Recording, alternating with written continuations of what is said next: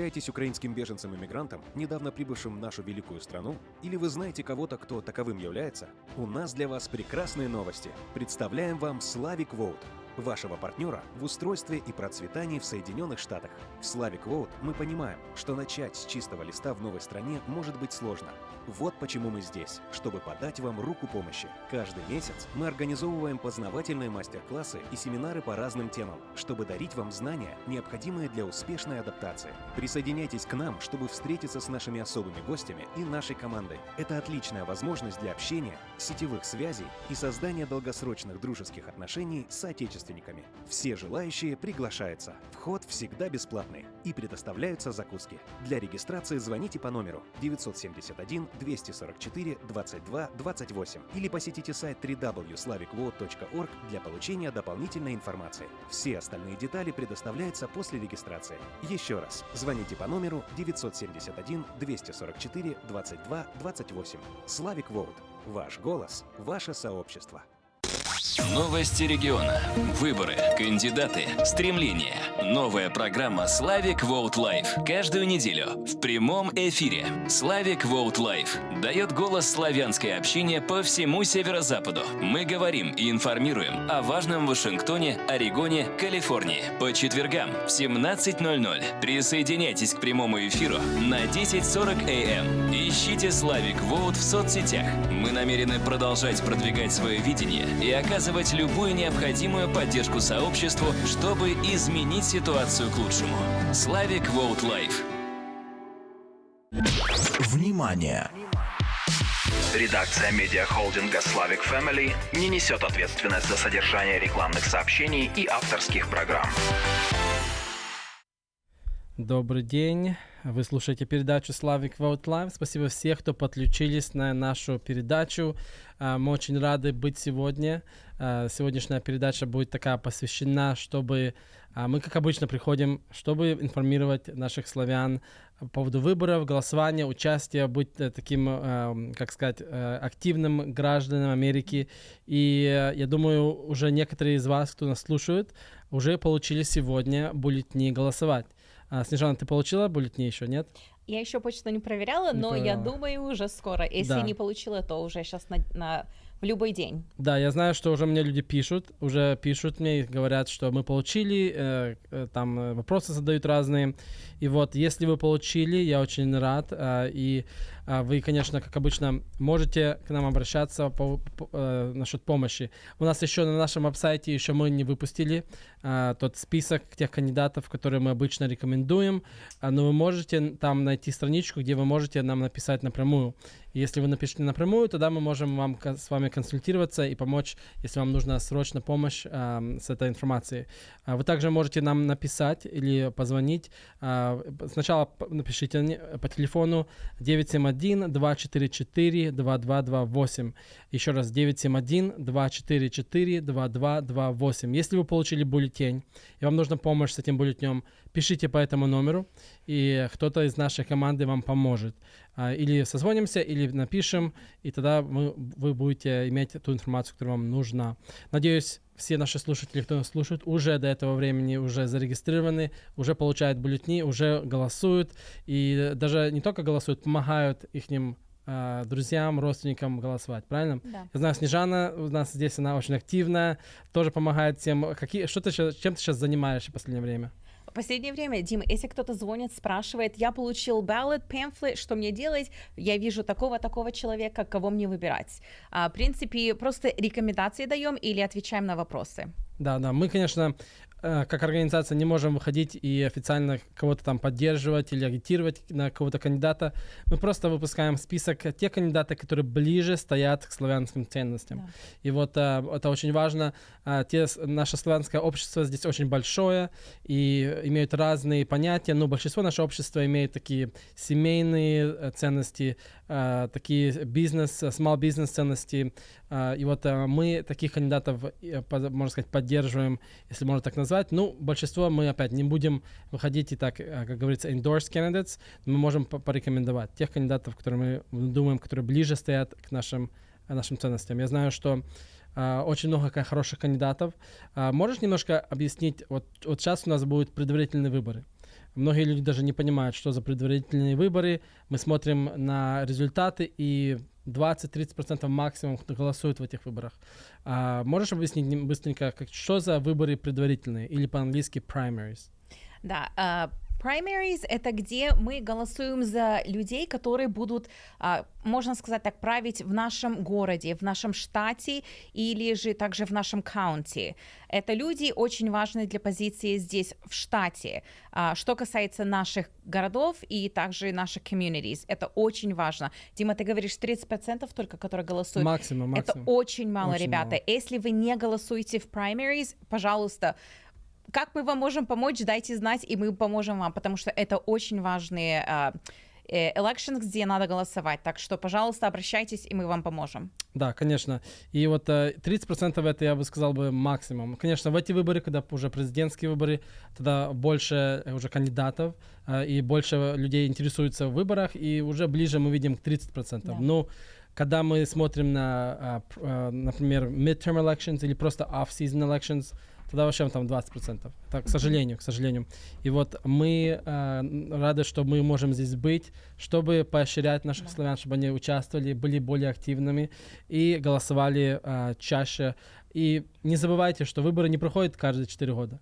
Выборы проходят каждый год. Каждый год. Бывает даже сколько раз? 2-3 раза. 2-3 раза в году, да. И также, ребята, пожалуйста, если вы голосуете, помогайте своим родным, близким тоже, чтобы они тоже были активны в голосовании, потому что это очень важно. Да.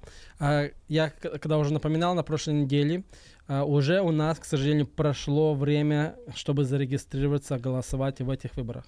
К сожалению, да. Но это не, если вы нас слушаете и вы пропустили это, не переживайте, потому что вы все равно должны зарегистрироваться, потому что будут выборы в будущем еще. Да. У нас будут очень важные выборы генеральные в ноябре, правильно? Также, если вы нас слушаете, если вы в Вашингтоне живете, у вас будут выборы еще через пару месяцев. И вот вы заходите на нашу страничку slavicvote.org, вы там можете найти информацию, где вы можете зарегистрироваться, и там вы можете уже найти то, что вам нужно. Опять зарегистрироваться в Орегоне уже поздно на эти выборы, но на будущие вы еще сможете. И вот, когда вы зарегистрируетесь, мы также рекомендуем, чтобы вы зарегистрировались в какой-то из две партии, да? Демократы или республиканцы. Очень важно, чтобы вы могли участвовать в primary elections, в предварительных. А так, если вы не будете зарегистрироваться в какой-то из две партии, вы не получите полный бюллетень. И вот это очень важно, чтобы правильно зарегистрироваться. Я так называю это. Абсолютно верно, Дима, да. Да. Хорошо. Спасибо всем, кто подключились. Если вы только что к нам подключились, вы слушаете передачу Slavic Vote Live. С нами сегодня Снежана. И мы имеем очень интересного гостя, которого мы скоро перейдем на него. Я не знаю, если он по-русски захочет с нами говорить. Ну, лучше по-английски. По-английски лучше, да. А с нами сегодня Вадим. Можешь, Вадим, повторить твою фамилию? Я никак не могу ее сказать. Мазырский.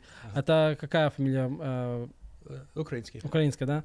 Отлично. Вадим, спасибо, что ты с нами сегодня. Мы будем, конечно, переходить на английский язык. Я прошу прощения нашим слушателям, которые, может, не поймут нас. Но вы примерно... Давай расскажем быстро, за какую позицию вы будете балансироваться, если вы можете сказать по-русски. Это County Commission. Да. Multnomah County Commission. Multnomah County Commission, это, получается, вы будете представлять county, да? Да. Да, это не только город Портленд или там еще города, это целый county Multnomah. И вот Вадим балансируется на эту позицию, это очень важная позиция. Очень важная позиция, да. И вот мы с ним поговорим немножко о этой позиции, его немножко, он с нами уже был пару лет назад, и мы спросим у него, чем он занимался последние 2 года. Я знаю, что он был очень busy, и вот мы немножко с ним поговорим по поводу этой темы. Спасибо, что подключились. Вы слушаете передачу Slavic Vote Live, и мы переходим на английский язык. Vadim, thank you for being with us. It's really good to have you back on our program. What have you been up to? I know you've been busy the last couple of years. We saw you here last time, a couple of years ago, running for mayor, and you've been busy doing other things, and we're happy to have you come back. Thank you very much, Tim. It's very good to be back. I have been keeping pretty busy. I now have a 13-month-old daughter. Awesome. So that's keeping me very busy. And then I still work as an administrative law judge for the U.S. government. So I work for the Social Security Administration. And then outside of that, I've been helping out with the community quite a bit. So I'm the president of my neighborhood association, Goose Hollow in Portland. I'm also the president of a coalition of neighborhood associations. We're going to have 31 neighborhoods in the very near future. Right now, 12, moving to 31 neighborhoods. And that's that ability to talk to people, understand what's going on, what the problems are, what the solutions are. And what people keep saying is that our government's not listening to us. And certainly we have it here. I remember Roman's Russian Deli. They were fixing the street over there. They were changing it so you couldn't turn anymore. Peabody was making all kinds of changes without actually listening to the individuals that were working and living in that area. And certainly there was a lot of advocacy work that was done to change things a little bit, but why not just listen to people first? So that's what kind of I've been doing a lot and in my spare time. Awesome. And it shows that by being active, by being vocal, you can actually change things. Exactly. And so I'm proud to say, Fatima, the owner of the Russian Roman market, she's been very active, very outspoken, and you can see she's done a lot of good work. So I'm proud of what she does, and I wish more of us could be so bold. So thank you, Fatima. Of course, a shout out to her and her store. Yeah, I'll be stopping by that store on my way home. My wife asked me to pick up some vareniki on the way back, and I did see her store. It has Nathan Vasquez signs all over, so you can see that she's still living her ideas there. If she wants to be politically active, she lets everybody know. But I think that election is also very important, the district attorney's election. Well, speaking of him, we actually had him on a special programming this Sunday. Last Sunday, we had him on, and a great interview. If anybody wants to hear that interview, they can look up on Sunday. We had him on at 11 o'clock, and great interview. I think we've learned a lot, and we'll be looking out for his candidacy and his results, and I know that's going to be his end of his race.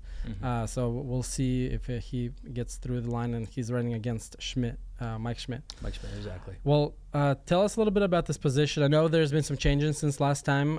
Is this part of the new STAR program that's been voted in last election, right? No, this is still the normal election cycle for the county commission. Next election cycle, 2 years, it'll be ranked choice voting. Okay. Right now, we're still having the primary. The last year, it'll have the primary, and there are 4 seats that are open right now because one of the county commissioners resigned. So normally that'd be 3 seats right now, but 4 seats are open. There's 5 seats altogether, including the county chair. So there's an opportunity for people to make a real big difference now. And it really comes down to kind of centrist candidates like me, practical, pragmatic, and far left candidates that are trying to keep the status quo. And so for me personally, it's a very important election. I've spent a lot of time talking to people, fundraising, and meeting with people all over the city in order to get the votes and get the word out about this election. But it really is a lot of changes we can make for the better if we just elect a few common sense people. Absolutely. Well, tell us about this position. So city county commission. Yes. There's five, six commissioners, right, on 5. there, and I know of a couple of them. Which ones are running for re-election right now? So Julie Birm Edwards is running for re-election. She was elected in the southeast area, and but she's filling up half term, so she's running again. And then the rest of the seats are totally open. So I'm running. There's 4 other candidates in my district. There's also in the north, Jesse Burke, Sam Adams are running in that election. And in the east, in the Gresham area, it's Vince Jones-Dixon. He is the city council person for Gresham, but he's running for the county this year. Awesome. Well, we'll be definitely looking out for that. And like I mentioned in the Russian segment, that we will be putting out some recommendations, some of the candidates that we think best represent the Slavic community and stand closest to the values of the Slavic community. So hopefully in the next week or so we'll have that. And the ballots actually dropped yesterday, is that right? That's right. So I know I've already have people who reached out to us and asking for questions. So it's exciting to see the community, stepping up. And the text that I got this morning is from an individual, a young person. He just registered for the first time when we were at the Slavic Festival in Portland. Yes. So he texted and he's excited to get involved, excited to vote. So it's good to see that. Yeah. What do you see? What's the current, feel and the current? Are people optimistic about this election? Because it's kind of an interesting. We talked about this last week that we noticed this election is slightly different. I feel like in 2020, the Slavic community were energized. They were ready to go, and they thought they had a lot of hope for the upcoming election. This year's feels different. We see kind of some of them are hopeless. They feel like there's nothing they can do. So, and I'm optimistic. We're both optimistic. What do you tell folks like that who are kind of giving up on elections and they feel like it's not worth it? Yeah, I'm feeling that a lot also. So 2 years ago, a lot of people were out. They knew that there were a lot of problems, homelessness, drug addiction, mental illness, public safety, crime was on the rise. Last year, crime went down a little bit. Well, guess what? This year, it's up again. But this year, there's fewer people out, fewer people participating. And it seems, that there's that 7 stages of loss or something like that. We had a lot of people that were upset. Now there's almost a sense of resignation, like we can't change anything. Things are the same. We're still not improving. But I got to say that we have a lot of people running right now that are seeking to make things better. I know that's the promise everybody makes. Vote for me and things will be better. But this time, I know a lot of people in the race. I've worked with a lot of people in my race and city council races as well. And I got to say that it's because people are upset at what they're seeing. People are upset that there's ways to improve it, but they're not seeing the urgency that we need to make things better. And they're, putting their jobs on the line. They're putting their lives on the line to run for office to make things better. So on the one hand, I see a lot of people wanting to change the direction, change the course of how we're treating the police, public safety, what we're doing about the drug dealing in our streets and those sort of things. But at the same time, I think people are a little bit resigned and feel like they can't help, they can't participate. And that's the difficulty right now is, you talking to people, me talking to people. How do we reach out to those individuals and say, this is the most important time? We're seeing a lot of big problems out there. In the central Portland where I live, we have a lot of office vacancy. We have a lot of drug use. We have a lot of open air drug markets out there where we have drug dealing going on in the streets, people abusing drugs in the streets, and people dying at the highest rate ever, both on the streets and off, the highest overdose rates in the history of our community. Last year, 785 people died from overdoses, which is 50% more than the year before. And so I understand why people would feel kind of exasperated. We haven't seen a change. We've been voting. We've been contributing money, whatever it is. We've been volunteering, knocking on doors, all these things that people have done. But I got to say, this is the time to turn things around. It really is. I think a lot of people are out there trying to do what they can, and we need some help. Yeah, no, I feel good about that. Snezhana, what's your thoughts on this current election? I mean, it's a tough one because there are a lot of problems, like Vadim, you're saying, and Portland is not what it used to be, and we need change. So I'm excited to see the people that are running, what they're wanting to do, the changes that they want to make. I think we're all ready for those changes.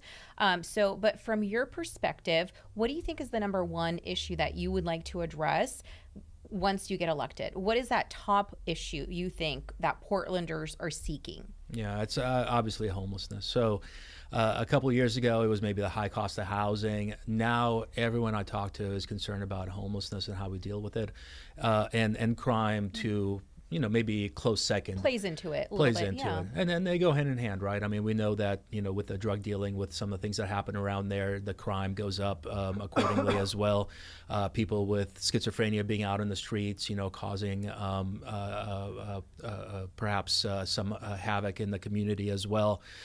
So it does go hand in hand. But what the failure right now is that we're letting people live and die in the streets and survive on the streets. That's not normal society. That's not what we built, in any civilization, letting people camp in the streets and having to deal with the weather, having to deal with, people stealing their stuff, having to deal with people walking around with knives and machetes and that sort of thing, drug dealing next to them, people who are addicted to drugs, and you have a drug dealer camping next to you. I mean, that is what we're seeing in the streets. And we got to turn that around by getting people off the streets into shelters, and that's, the plan is a little bit more complex than that, but that is the plan. And people just are tired. They know they're paying a lot of taxes to make this happen. Next year, the budget for the Joint Office of Homeless Services that the county is in charge of to pay for helping people with homelessness is $412 million. And if you look at the point-in-time counts, there's about 5,000 to 6,000 people that are living in our streets, maybe a couple more thousand that are couch surfing, a few other people that are in danger maybe of losing their apartments because of income levels. But when you're talking about just the people on our streets, you do the math, and there's about $80,000 per person to get those people off the streets at this point in time. And we just know we're not spending it well. And that's part of the exasperation. People know that they're spending the highest tax rate in the country right here in Multnomah County. Well, right in Multnomah County. And then, what are we doing for it? How are we seeing the results? Why is it every year the number of people living in the streets goes up, and at the same time we're spending more and more money? What are we showing for it? And that's why I'm running for office. We have to have that accountability. We have to get people off the streets into services, and we got to make sure our neighborhoods are livable, and make sure that people feel safe walking around their neighborhoods. Yeah, and Vadim, do you think that the budget that is currently in play, do you think that's enough funding to take care of the situation that we currently have in Portland with the homelessness? Or do you think that there could potentially be a tax increase or another opportunity for income to take care of that issue? Yeah, we can't deal with another tax increase. We already have people moving away because of the high taxes right now, businesses moving away. I just spoke today with a business owner, and they still have an office in downtown. But they're having difficulty getting their workers to come into the office, because if they work from home and they live in Washington County, their tax rate is less. Or if they're across the bridge in Clark County, their taxes are even less. If they come into work, which is what we want them to do a little bit of shopping, to do a little bit of spending their money, walk around downtown a little bit, then all of a sudden they have to pay more taxes. So the fear is that we have such a high tax burden already that we're driving people away, and we've seen the population certainly shrink, maybe as part of that. But to really answer your question, yeah, there's more than enough money. I mean, there's so much money right now that the county is not able to spend it quickly enough, believe it or not. So I believe that their plan right now is to spend about 75% of that money, saying that that's enough, and then the rest of the money can be kind of held over or what have you. But last year there was an extra $100 million that they found kind of last minute that needed to be spent, and over a course of 2 weeks they figured out where the money would go to. I mean, imagine that, $100 million, and you're like, well, where did this come from? I didn't realize we were gonna. No, I mean, they knew, but it's just so much money that they're having a hard time actually spending it. And if it's too much money, we need to cut the taxes. But first, let's figure out how to spend it well. Let's figure out that we're making sure we're spending it on the things that work and not on the things that don't work, because right now we don't know what's working, what's not. We're just shoving money out the door. And then, solve the problems. And once we fix the problems, let's decrease the taxes so people can live here. They can send their kids to school, send their kids to college, save for their retirement, pay for their houses, things that people are having a really hard problem right now. And bring Portland back, bring people back to Portland, businesses. Yeah. Well, the Portland downtown, I remember just even 5 years ago, 10 years ago, it used to be a place to go and walk around the downtown area. It was a beautiful place, and people just hung out in Portland downtown. When I go now, it's not, there's really not much to do anymore there. Either you feel unsafe, or it's dirty, or there's nothing going on there. Do you think we'll ever bring Portland back to what it was 5-10 years ago? Oh, I believe so. I mean, that's why I'm running for the county commission. I've certainly had a conversation with my wife, as many people probably have. Why don't we move away? We can save some money. Life would be a little bit easier. When I moved to Portland, I fell in love with the city. I love this whole area. I go hiking quite a bit. I go to the mountain and snowboard in the wintertime. I go out and about quite a bit. And there's no other place where I found that allows me to do that. It's a small city, footprint-wise, very easy to walk around. And so I'm sticking around, and I want to fix things. And I only am doing that because I know we could bring things back.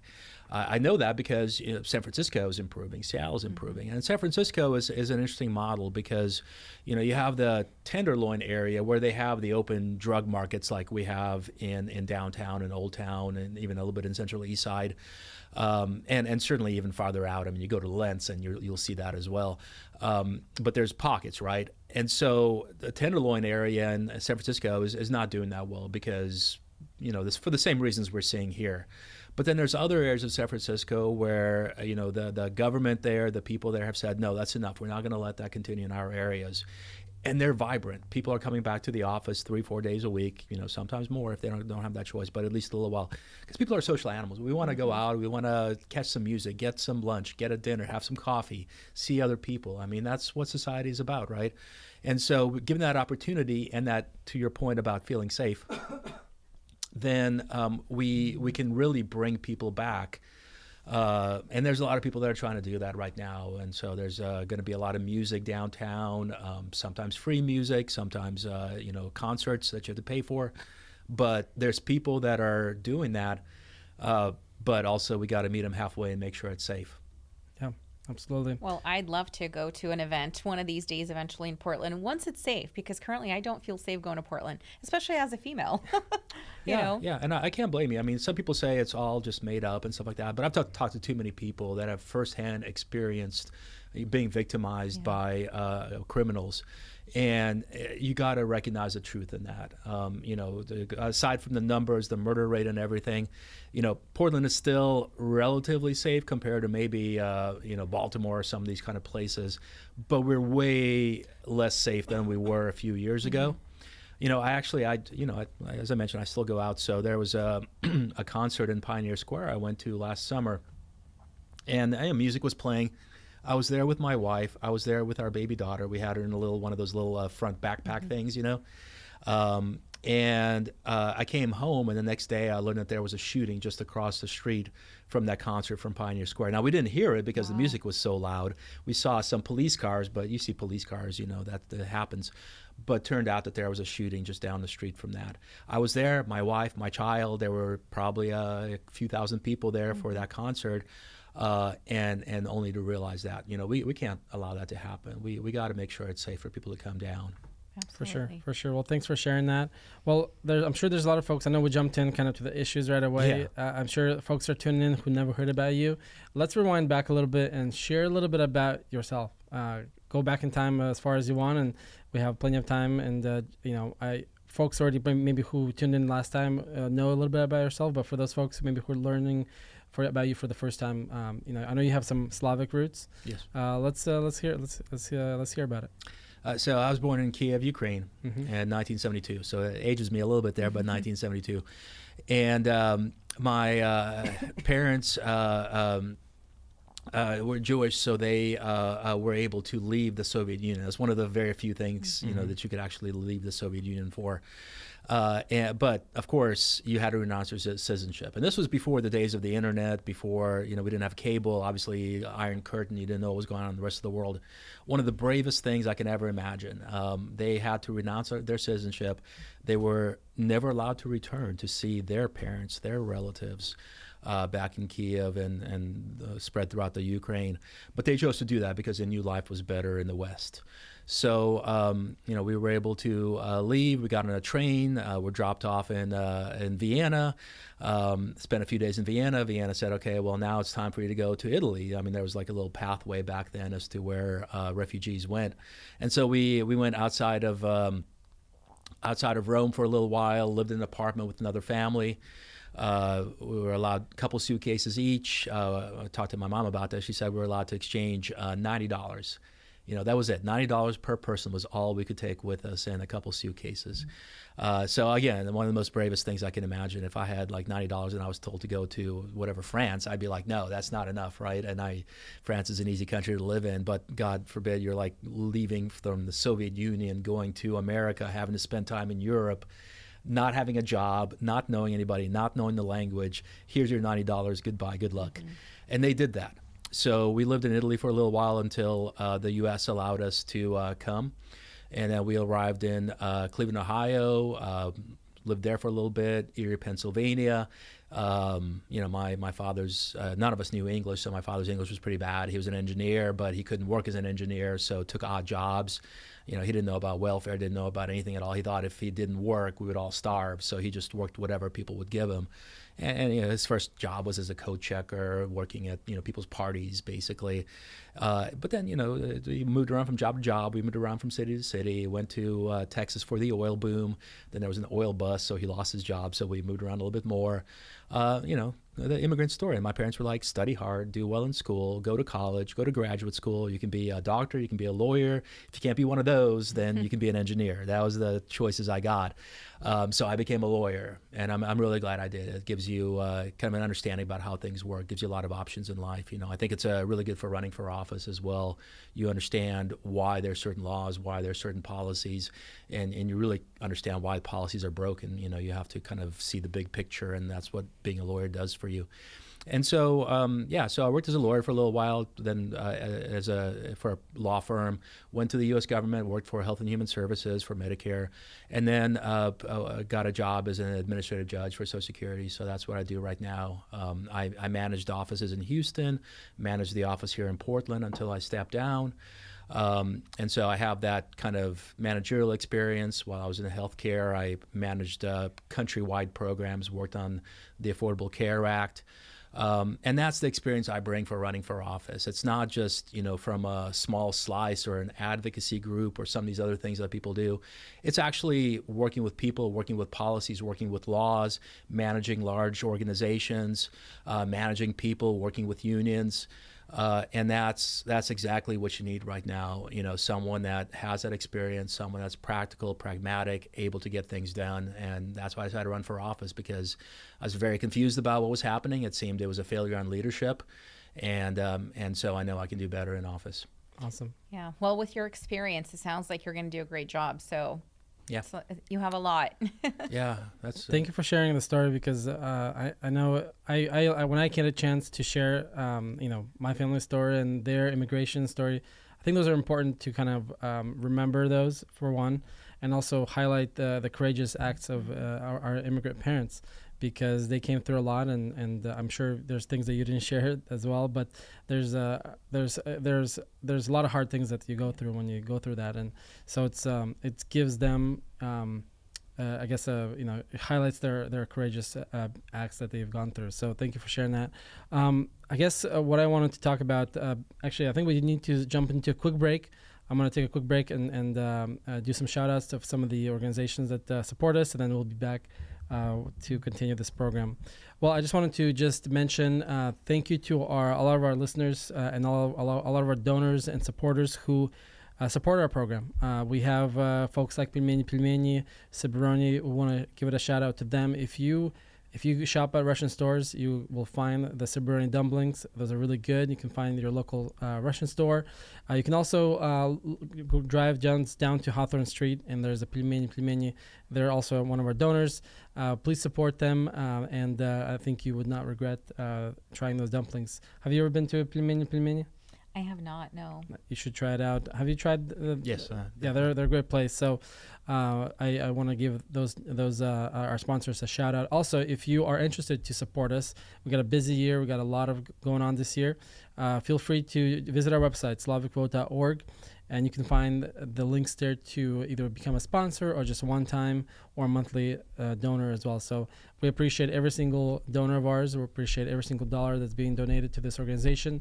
It's been used to support these causes, to support the candidates, and support everything that we do. So thank you very much for all of our listeners who are listening to this program. If you tune in for the first time, you're listening to Slavic Vote Live.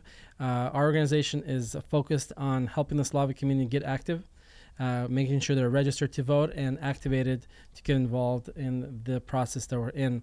And I appreciate meeting folks like Snezhana, who have just put herself into the battle and getting busy and helping even some local races. So I really appreciate you getting involved. And of course, Vadim, you've been at it for a while now, and you've been active, and it's a great example for our community. Let's talk about, if you don't mind, the Slavic community. There are folks that haven't voted for a long time.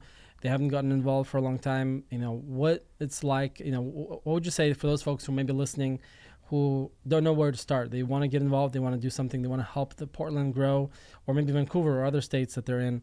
What are some of the simplest ways to get involved? Can you, maybe what's your first step into serving the community? And so how can you explain that? Mm-hmm. So My first step was I actually went to City Hall Mm-hmm. and I said, hey, I'm interested in participating in some things. This is what I do. What's available? And at that point in time, there was a disability commission for Portland. So I was appointed to the Portland Commission on Disability. I work in disability law, so it was a good fit. And then participating in that, people asked me to be on a police oversight committee, because of my legal background, I guess. And so then I was appointed to a couple police oversight committees, one by city council, one by the mayor.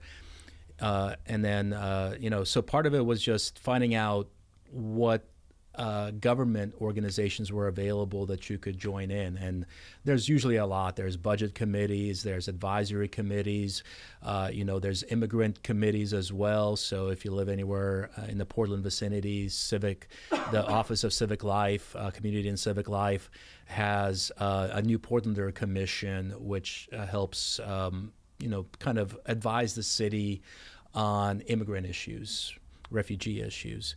I joined the board of IRCO, the Immigrant Refugee Community Organization, for kind of similar reasons. How can I give back and how can I use my skill set to help an organization? And then for me personally, it's been very important to participate in neighborhood associations. Some people may have those, some people may not, but I think they do a lot of good work out there to help you understand how to advocate for the needs of your neighbors. A lot of people are, maybe want development to be a little different in their neighborhoods, or maybe some issues with roads, maybe some other things that are going on, crime. You learn who it is that you need to call and how to actually get things done. And there's a lot of people that have been around for a while that can help, so it's an avenue into that. And then with the whole politics thing, it's really interesting because there's a really large Slavic community in Multnomah County, certainly in the surrounding areas as well, in Clark County. But the politicians are not paying attention, right? And we all know that.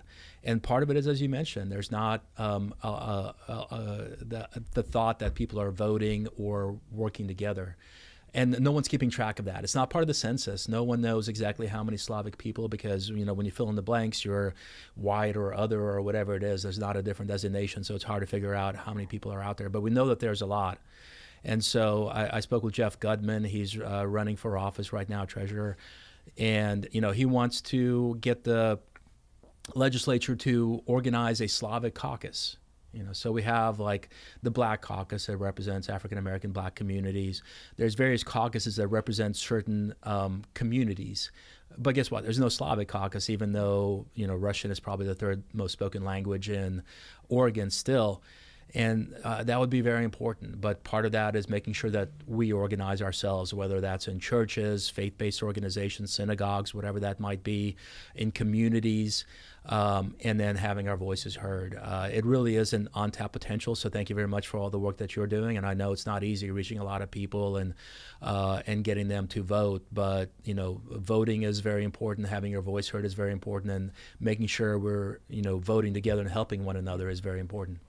Yes, thank you of course, and the caucus that you were talking about. I remember talking to a senator, I forget his name right now, but he mentioned that he was also very interested to start something like that. So I'm looking forward to that actually happening, and it'll be really great. And I think the more we mention it, I think that'll be a great idea. So do you know what's the first steps of actually creating that? Is it like a C3, or is it what exactly that looks like? Yeah, no, it's not that. It's just an organization within the legislature. So it's having really someone to sponsor it, contacting someone to start. So anybody could be the chair of the caucus. It just means that there's going to be a certain number of legislatures there. So it's getting someone on board, and so. For instance, Jeff Gudman says he's going to contact Brad Martin and to set up a Slavic caucus. So everyone out there, Google Brad Martin and email him and say, hey, I'd really like to see that Slavic caucus. I think that would be great. That would help our voices to be heard. We have a lot of voters out here. And, we want to make sure that they understand what the issues are, how they can help out. And part of that is making sure that you as our representatives actually represent us. Yeah. Yep, absolutely. The one thing that I forgot to mention, we actually have another group of listeners joining us today who will be also listening on Kaboo radio program. It's one of the oldest community radios in Portland, and they've been around since 1968. So if you're listening to us on Kaboo channel, welcome, and you look us up on the SlavicVote.org. You can learn more about our organization. And it's this program that it's on. It's the first Slavic show in English, airing on Sunday on the channel 90.7 FM. So we're excited to also be involved in that. And I know our programs have been aired there before, and we want to thank Baruch, who has been active in doing that. So just wanted to do a quick shout out for that, because I know some listeners who are tuning in on Kaboo might be hearing us for the first time. So we want to thank them as well. They've been around for a long time. And again, Baruch has been doing some good work. And also want to thank Slavic Family Center for collaborating with them and with us to make this possible as well. So thank you, everybody, for tuning in to this program. Snezhana, before I switch to my next questions, do you have anything you wanted to jump in and ask? Not necessarily ask, but just to kind of piggyback on what you just said, I think it's great that we have all these organizations collaborating, because you guys, this is how we get the message across. And voting, anything, politics, government is very important to our lives, everyday lives, right? So I think this is great. And I mean, if more people want to do it, I think that is how we spread the word and get people involved and get the message out there. So thank you for that. Absolutely. Well, we're coming to a close to our program. We got maybe 5-10 minutes left. Just want to give you, take the remaining time of this program to share what's in your heart, and maybe share, where folks can learn more about you, how they can get involved, and just whatever else you want to say to the community. I would love to give you the rest of the time. Yeah, I appreciate it. So, part of it is making sure that our children, their grandchildren, have a better life than we do, right? I mean, that's what my parents wanted. That's what my grandparents wanted. My grandparents were in World War II. They had some really hard times. They knew famine, especially in the Ukraine, right? My mom told me that my grandparents would never leave a bread on the tables, no leftovers, none of this. We're going to throw stuff away, because they went through hardships so that we can have a better life. And my parents had a better life. They brought me here so we can have a better life. Things are getting difficult here in Multnomah County and Portland. And so part of this is making sure that my daughter has a better life because of things that I can do, that your children, that the children of people that are listening out there have a better life, that they're able to walk around their streets safe, that they're able to ride their bikes without any concern, and that we're able to afford them education and things that are very important later in life, and a good education, which is also a difficult thing nowadays. And so that's why I'm running for office. It's not rocket science. There's a lot of cities that have done better than we have at this point in time, in post-COVID, getting businesses back, getting jobs back, getting safety back. So I know we can do it, but I do need some help. So part of this is if you're out there and you're in front of a computer, just go to my website. It's votevadim.com, VADIM, Vadim. And, see what you can do. Sign up, help us knock on some doors if you can. If you can contribute some money, that's great. Every dollar we get between now and May 21st, which is the primary, is one more household we can send a letter to about my campaign. And, this is a weird time in Portland. Everyone's talking about the city council races, and people are unfortunately not paying attention a lot to the county races. The district attorney's race is pretty big. I think they're raising like $1 million and stuff like that, and for good reason, because it's a very important election. But for me, it's knocking on doors and mailing people, and going to interviews like this, and going to people's homes, and a lot of coffee. My liver hurts so much coffee.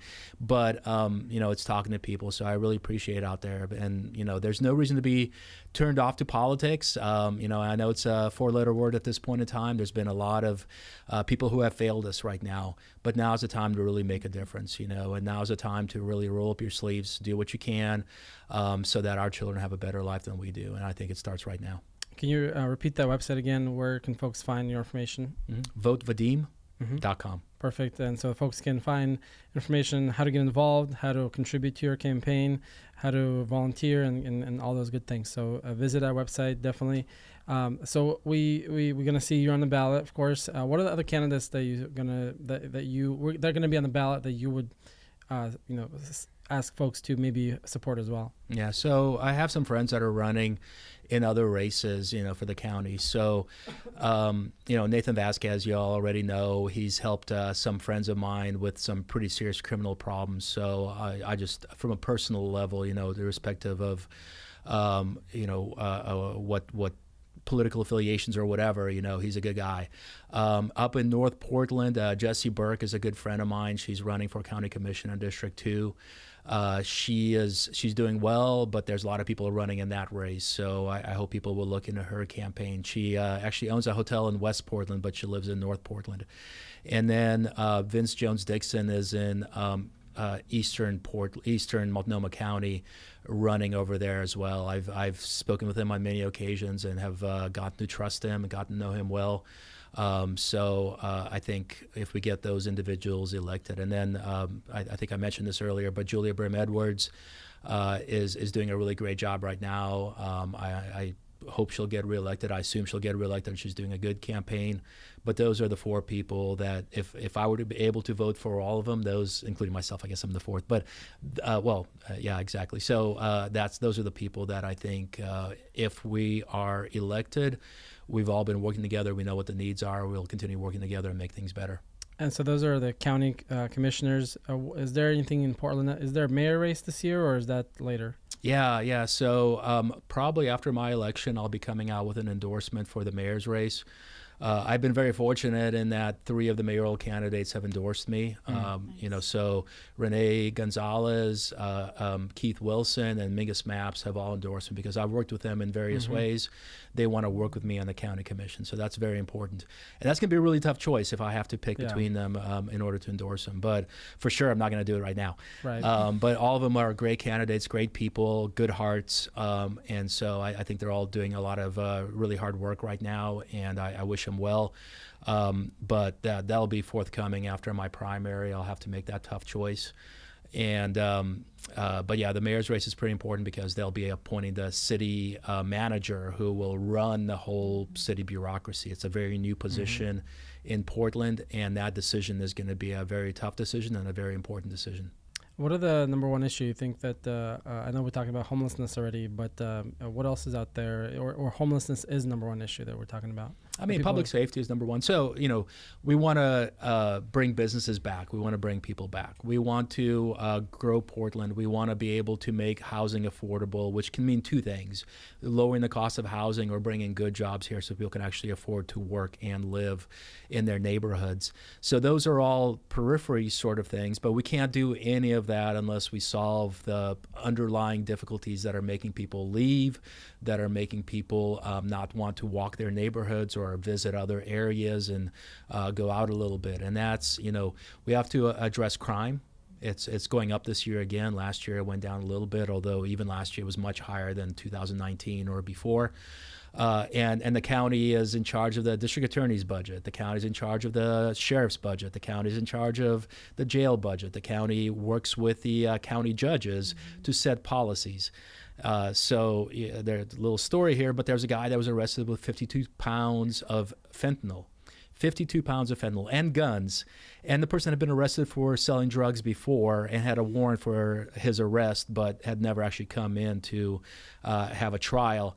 And within a couple hours, that person was back on the streets because our policies do not keep people that are victimizing others, dealing drugs. 52 pounds of fentanyl is enough to kill most of Portland. I don't know how you turn that into pills or any of that kind of stuff, but that's a lot of fentanyl. And yet our policies failed us because he was back on the streets. We have to make sure we don't have a revolving door, that people who are hurting other people stay in jail.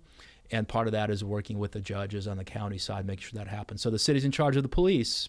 Very important. We got to make sure that the police are out there doing their job and are supported. but the county is in charge of pretty much everything else when it comes to the criminal justice system. You know, what happens when you get arrested, what happens when you get prosecuted, what happens after that, and certainly working together with the police on a lot of these issues. So that is also really key, making sure that we're all working together. Yeah, Vadim, thank you for bringing that into a whole circle, because this again reminds every single person, every single possible eligible voter, why they need to vote. I mean, these positions are important positions where change can happen if people make the choice to go and vote. So encouraging everybody, again, vote, vote, vote. We want people out there doing the right thing. We want our city represented in a positive way. We want to see that change. So Vadim, thank you to you for running. Thank you for putting your life on the line and putting yourself out there, because it takes a lot. And so you've been doing great work. And so I appreciate that. And I know my parents appreciate that who live in the area. But thank you for everything that you do. No, it's a pleasure, and thank you for having me on the show. Everybody out there listening, thank you for that as well. I look forward to representing you, and we're gonna make it. We're gonna have a better life. All we need to do is just go out there and vote. Awesome. Well, thank you for that. I'm looking forward to it. I just want to remind folks, we already talked about this in the beginning. I just want to remind the ballots have dropped yesterday. The last day to register was on the 31st. April 30th. 30th. Yeah. So unfortunately, if you are interested to vote in these elections, it's not too late. Meaning it's not too late to vote in general, but you won't be able to vote in this election. So still register to vote. It doesn't mean you shouldn't be registering, but make sure you register, and make sure you register correctly by selecting one of the two parties that